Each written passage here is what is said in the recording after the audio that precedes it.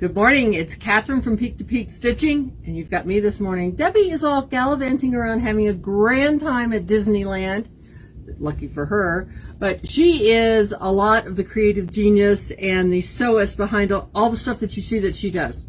That's not me. Although right now my sewing projects include working on next year Shop Hop 2026, Northern Colorado Shop Hop blocks. The group, there's going to be 12 stores.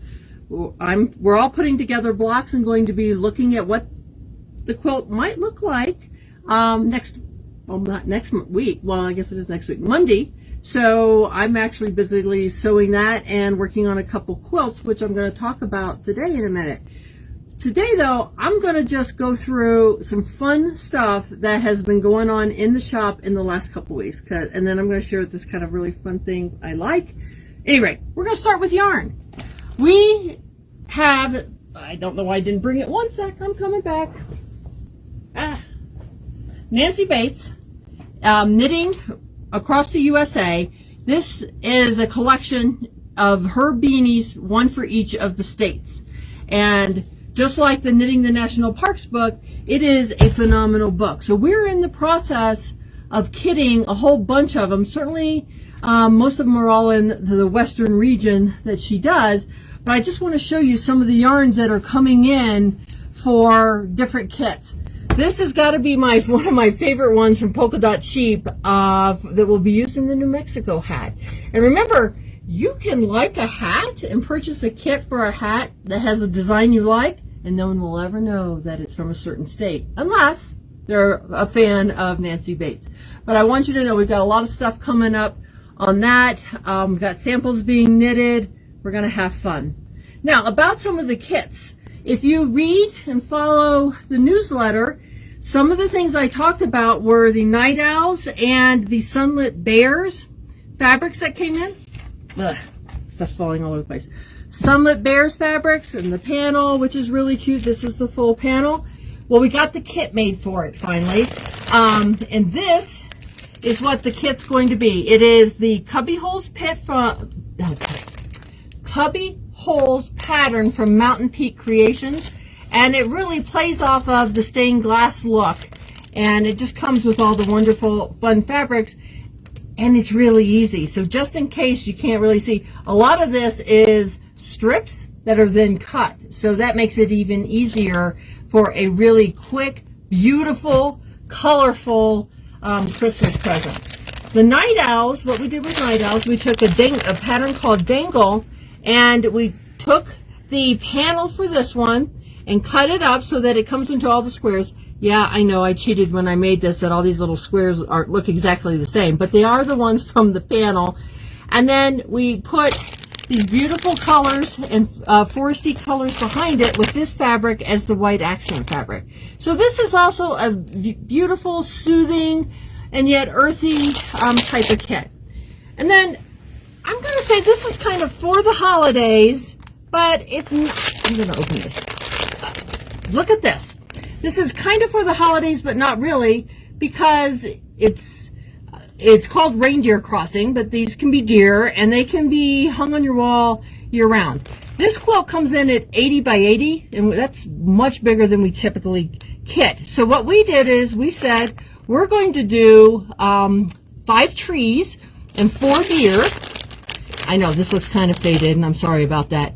But we put in all these different trees and all the different greens, and then we did the deer in different colors. So he doesn't have white antlers. He's got this antlers and different antlers, so that you can make this a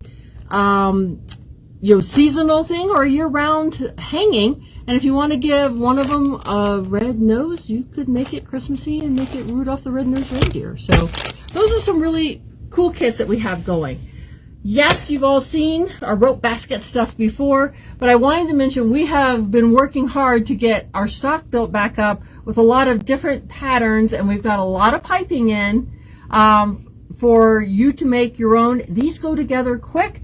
The instructions are really good, and those of you who've taken Jan's class know that once you get going, you get addicted. We have one customer who just bought her own 570-yard spool of piping because I guess she's going to be making a lot of baskets. If you come in and say, well, I really want the pattern, but gee, I can't find any colors I like, we can cut a kit for you. We won't necessarily cut it on the spot, but we can cut a kit for you and mail it to you if that is something you'd like. All right, this next thing, which I think is really fun, I brought it in and Debbie was like, yeah, no. And I'm like, yeah. She does her binding differently than I do. There's all kinds of ways to do things differently. I do the press technique for my binding. I take the 2.5 strip, press it, and then sew it and go. She, who's much more adept at sewing than I am, is able to kind of do this on the fly. But, okay, the way I do it, I end up with just the piles of this stuff lying all around because I try and do everything before I send it off to the long armor. These are out now. They're called bobbin spools, the binding bobbin from TQM Products. This this brown stuff comes off, and then you can just wind it up, and now it's not going anywhere. And that's what I like, because at least now my table is not just covered with piles of this stuff that if you put something on it will crush it, and it stays wound. So this is a really kind of cool thing that I like. Okay, what's next? The next thing is we brought in really a lot of the Funky Friends, Forest Friend patterns that reflect kind of animals that we see here. And we've got all these fun things. You're giving me a sign. Tip them forward. Oh, okay. I'm sorry. We'll try this again. Yeah, because they're probably glary. Yeah. So we have the moose, but again, she shows them Funky Friends, right? She's showing them in really kind of fun patterns. You can do these in more neutral animal-like patterns for sure. Here's a cool owl, Debbie and her owls. A very cute fox, that's my favorite. Bald eagle, which, hey, you can be done in, patriotic colors, and he can be done in eagle colors. We have a squirrel, which we'd be glad to help you do in like Abert squirrel colors. And we have Reggie reindeer, but again, old Reggie here could be a deer. So those are kind of fun. So we have those in now, and the trick is to try and get some made. A couple other fun things that came in the act of restocking our good travel bags, because everybody's getting ready to travel. We brought in a couple new fun ones and 2 new fun patterns, whether it's strawberries or whether it's these cute little dogs.